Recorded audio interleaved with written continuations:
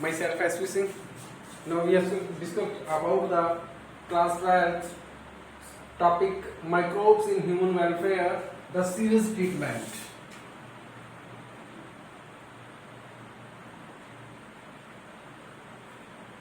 तो last video में अपने देखा था कि जो माइक्रोब्स है, जो ह्यूमन वेलफेयर है, उसके अंदर उसका क्या यूजेस है माइक्रोब्स का। तो सबसे पहली वीडियो थी तो उसको अपने मेंशन किया था। सेकंड जो वीडियो थी उसके अंदर बताया गया कि जो एंटीबायोटिक्स है उनके यूज के लिए जो माइक्रोब्स यूज किए जाते हैं। तो अब थर्ड टॉपिक है आपका कि जो सीवेज ट्रीटमेंट है उसको सीवेज ट्रीटमेंट के अंदर माइक्रोब्स का क्या यूज है। ओके, तो सीवेज ट्रीटमेंट एक्चुअली होता क्या है कि जो ये सीवेज, सबसे पहले आपको ये बताना चाहिए कि जो सीवेज है वो क्या होता है कि जो हमारा एक्सट्रैक्ट होता है किसका, मेनली ह्यूमन बीइंग का, डोमेस्टिक हो गया, इंडस्ट्री हो गया, वो सारे का सारा जो गंदा पानी है उसको क्या बोला जाता है, सीवेज बोला जाता है। और उसको ट्रीट करना, उस प्रोसेस को बोला जाता है सीवेज ट्रीटमेंट। ओके, और वो होता किसके माध्यम से, एक प्लांट होता है। प्लांट मतलब कि एक कोई भी इंस्ट्रूमेंट्स होते हैं जिसके अंदर लगे हुए एक बहुत लार्ज स्केल के अंदर, उसको क्या बोला जाता है, सीवेज ट्रीटमेंट प्लांट, और जिसके अंदर सीवेज को ट्रीटमेंट किया जाता है, ट्रीट किया जाता है। अब क्या है कि जो सीवेज होता है वो मेनली ह्यूमन बीइंग का एक्सट्रैक्ट होता है, वो डोमेस्टिक भी हो सकता है, इंडस्ट्रियल भी हो सकता है। अब क्या है कि जो ये सीवेज है, ये ट्रीटमेंट आपकी जो एनसीईआरटी की बुक है उसके अंदर क्लास 12 के अंदर बहुत ही अच्छे से मेंशन कर रखा है थ्योरी के अंदर। लेकिन मैं सिर्फ आपको एक प्रैक्टिकली और बेसिक नॉलेज के लिए अकॉर्डिंग सरल सा बताता हूँ जो आपको याद करना भी आसान रहेगा। और इस ट्रिक के अकॉर्डिंग अगर आप ये लर्न करते हो तो बहुत ही आपके लिए बेनिफिशियल होगा। तो आप बताते हैं कि सबसे पहले जो सीवेज है वो इकट्ठा किया हुआ टैंक के अंदर, तो उसके अंदर क्या है कि टैंक के अंदर कुछ ऐसे गिट यानी कि जो उसके सॉइल कंपोनेंट्स है, स्मॉल पार्टिकल है, वो उसके सीवेज के अंदर ऐड होते हैं। ऐड होने के बाद क्या होता है कि जो इसको आगे सीवेज ट्रीटमेंट के लिए फॉलो किया जाता है, तो उसके अंदर क्या है कि कुछ ऐसे जो पार्टिकल्स है उनको क्या कहते हैं, फिल्ट्रेशन किया जाता है, उनका फिल्टर हो जाता है। तो फिल्टर होने के बाद जो इसका एक्सट्रैक्ट मटेरियल बचता है वो आगे का, उसको क्या बोला जाता है, प्राइमरी सेटलिंग। अब क्या है कि जो प्राइमरी सेटलिंग है तो इसके अंदर क्या है कि जो प्राइमरी सेटलिंग के अंदर जो आगे मतलब कि सेडिमेंट्स हैं, जो मतलब हैवी जो इनके कंपोनेंट्स हैं या पार्टिकल है, वो इसके नीचे में बैठ जाते हैं और ऊपर का जो मटेरियल है वो आगे सप्लाई हो जाता है। तो इस प्रकार की जो प्रोसेस है उसको क्या बोला जाता है, प्राइमरी स्लज, जिसके अंदर क्या है कि जो प्राइमरी इन्फ्लुएंस हैं या सेडिमेंट्स है वो नीचे बैठ के और बाकी का जो वेस्टेज मटेरियल है या सीवेज है वो आगे फॉलो कर दिया जाता है, आगे सप्लाई कर दिया जाता है, उसको क्या बोला जाता है, प्राइमरी स्लज।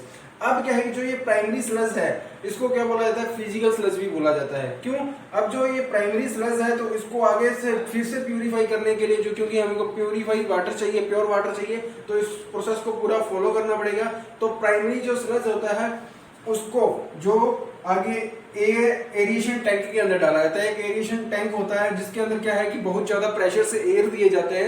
एयर देने के बाद क्या होता है कि जो ये प्राइमरी स्लज होता है उसके अंदर क्या है कि जो एयर मिक्सअप हो जाती है, उस टैंक को बोला जाता है एरिएशन टैंक। और इसके अंदर क्या है, एयर का प्रेशर दिया जाता है जिससे प्राइमरी स्लज होता है उसके अंदर क्या है कि जो एयर है वो मिक्सअप हो जाती है। ओके, अब क्या है कि जब एयर इसके अंदर मिक्सअप होगी तो उस मिक्सअप होने के बाद क्या होगा, एरोबिक जो माइक्रोब्स हैं वो ग्रोथ करेंगे।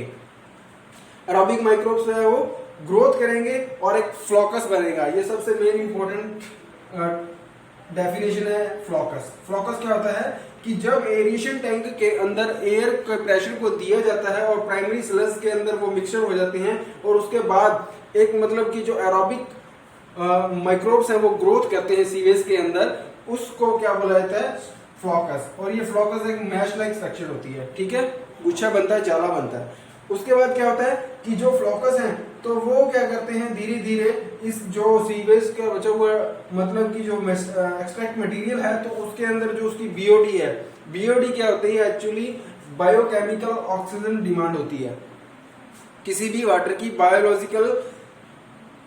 Biochemical oxygen demand. अब क्या है कि जितना ही बी और डी और पॉल्यूशन एक दूसरे के जस्ट कंपैरेटिवली है कि जितना भी ज्यादा कोई भी वाटर है या कोई भी मतलब कंपोनेंट है वो जितना ज्यादा पोल्यूटेड होगा उसकी बीओडी उतनी ज्यादा होगी, और जितना कम बीओडी वाला होगा उसका पॉल्यूशन उतना भी कम होगा। कि जैसे जैसे बीओडी बढ़ती जाएगी पोल्यूशन बढ़ेगा तो बीओडी बढ़ती जाएगी, और अगर बात करें कि अगर बीओडी किसी की कम है तो उसका पोल्यूशन भी उसका कम है। ठीक है, कि कोई भी कंपोनेंट है, फ्लूइड है, लिक्विड है, तो उसके अंदर अगर उसकी बीओडी ज्यादा है तो मतलब उसका पोल्यूशन भी उतना ज्यादा है, उतना ही ज्यादा वो पोल्यूटेड है। अगर उसकी बीओडी कम है तो वो उतना ही कम पोल्यूटेड है। ओके, उसके बाद क्या है कि इसको जो ये वाला एक्सट्रैक्ट मटेरियल बचा था, इसको आगे क्या है कि बीओडी के अकॉर्डिंग इसको प्यूरिफाई करना स्टार्ट कर देता है, बीओडी उसकी कम कर दी जाती है। क्यों? कि उतना ही पोल्यूटेड कम होएगा। तो उसके बाद फिर उसको सेटलिंग टैंक में डाला जाता है। यहाँ पे क्या होता है कि जो फ्लोकस मतलब बना है तो उसके अंदर जो सेडिमेंट, हैवी जो सेडिमेंट्स है वो फिर से एक बार नीचे बैठ जाते हैं। फ्लोकस के जो सेडिमेंट्स है वो नीचे बैठ जाते हैं, और यहाँ से जो मतलब कि बाकी का बचा हुआ एक्सट्रैक्ट मटेरियल है वो आगे चला जाता है। इसको क्या बोला जाता है? Activated sludge. कि जो सेडिमेंट है फ्लोकस के वो नीचे रह गए और वो आगे शिफ्ट हो गया। कौन सा? एक्टिवेटेड स्लज इसको बोला जाता है। और ये इसको एक्टिवेटेड स्लज के साथ सेकेंडरी स्लज भी बोला जाता है। एक्टिवेटेड स्लज क्यों? क्योंकि वो धीरे धीरे क्या है कि जो वाटर है वो प्यूरिफाई होने की तरफ बढ़ रहा है। ओके, अब क्या है कि जो एक्टिवेटेड स्लज है उसके अंदर जो मटेरियल बचा हुआ है तो उसको फिर से आगे क्या कर दिया जाता है? ट्रांसफर किया जाता है एरोबिक स्लज डाइजेस्टर के अंदर। एरोबिक स्लज डाइजेस्टर के अंदर मतलब कि जो एनारोबिक मतलब कि कुछ ऐसे माइक्रोब्स हैं वो क्या करते हैं, उसको डाइजेस्ट कर लेते हैं, उन माइक्रो ऑर्गेनिजम्स को या जो बचे हुए कंपोनेंट्स हैं माइक्रोब्स को, उनको डाइजेस्ट कर लेंगे, और जो अपने को पानी मिलेगा आगे वो नेक्स्ट प्यूरिफाई होगा या हमारे को यूज करने के लायक होगा।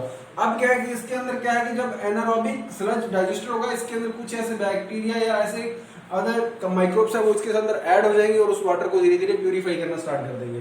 अब क्या है कि जब एनारोबिक स्लज डाइजेस्टर के अंदर उसके बाद का जो प्रोसेस है तो उसके अंदर क्या है कि जो वाटर हमें मिलेगा वो यूजफुल करने के लायक वाटर मिलेगा।